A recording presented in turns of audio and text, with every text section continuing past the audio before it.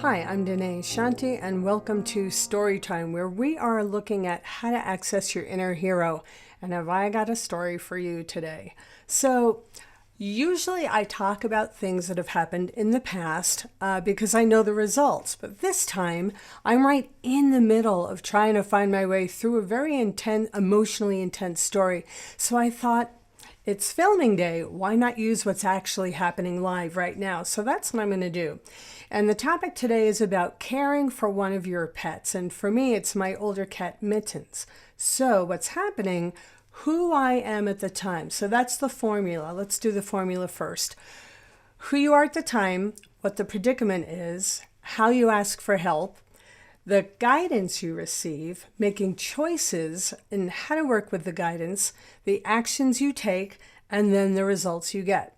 So that's the hero formula, finding your inner hero. The hero is the one that's willing to notices a lot of intense emotions going on in the personality and to drop behind it and ask for help and get some good, clear answers for how to help navigate your life. So that's what we're after. So who I was at the time is who I am at this moment. And that is a person who's really concerned about their pet, angry, scared, confused, not knowing what to do to help my cat. So what's happening for her is the beginning of kidney breakdown, and there's a lot of opinions out there, and I'm being bombarded with a lot of opinions of what to do. The holistic vet that I really want to work with is 2 hours away and not answering my calls or emails, which is unusual. The local Humane Society vet is giving me traditional answers, which is not something I'm in alignment with. And then there's a wonderful new brand of food that I learned about, that I researched, that will take any cat, no matter what condition they're in for the most part, and bring them into long, strong health. So what's happening for me is confusion, anger, control issues.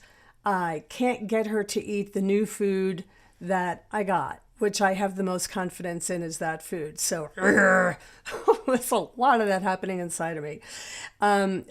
So that's who I am at the time, scared, confused, wrestling with control issues. And the predicament is a 13-year-old cat whose kidneys are tanking and trying to find the right solution on how to treat her so that she has longevity.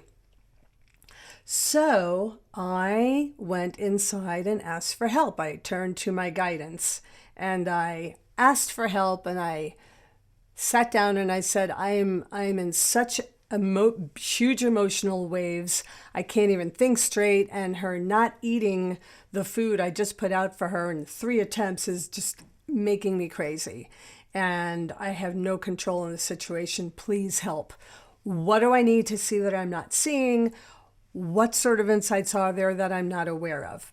So I asked for help, and then I received numerous options, which were very helpful. So the first thing my guidance pointed out is that reminding me that I have trauma left over from losing my 9-year-old cat, who was like my spirit guide and my best friend in the whole wide world, and that I didn't want to get another cat for a long, long time because I never wanted to go through that again. So that's the first thing that my guidance showed me. It's like, you're having a trauma response because you're afraid of losing Mittens, and you've got all this huge, big emotion happening, and you're casting it on her, and it doesn't belong with her. So notice that first. You're not wrong, you're not bad, just notice you're riding a tidal wave of emotions. Okay, good to know. Second thing, call or email the vet with the new food that I have confidence in and say, this is what's going on and she won't eat it. What do you suggest? My sister-in-law is a professional animal communicator. Set up a session with your sister-in-law and ask her to talk to Mittens and find out what's Mittens' side of the story. I mean, these are all very practical suggestions. Then try feeding Mittens some of these nuggets in dry form because she's used to having, what I call crunchies.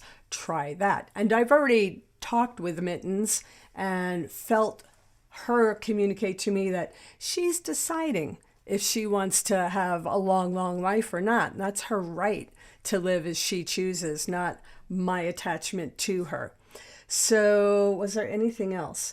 Well, what happened was when I got like 5 different directives from my guidance, and it gave me tools. And I was like, oh, I have tools. I'm not just lost in a wave of emotions.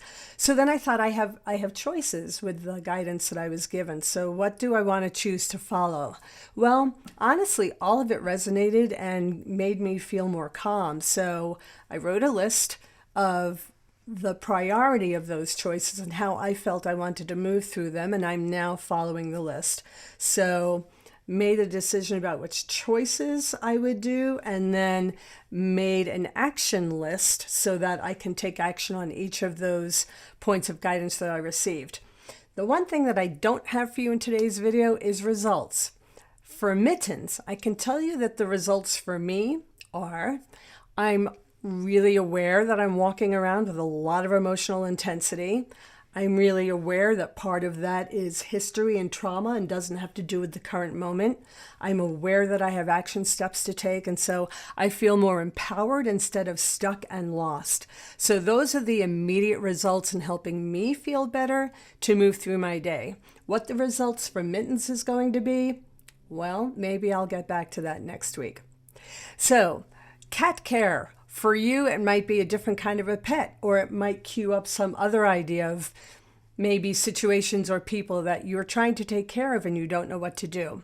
So I invite you to join me in the hero formula, which you're seeing here. Who are you at the time? What is your predicament? How do you ask for help?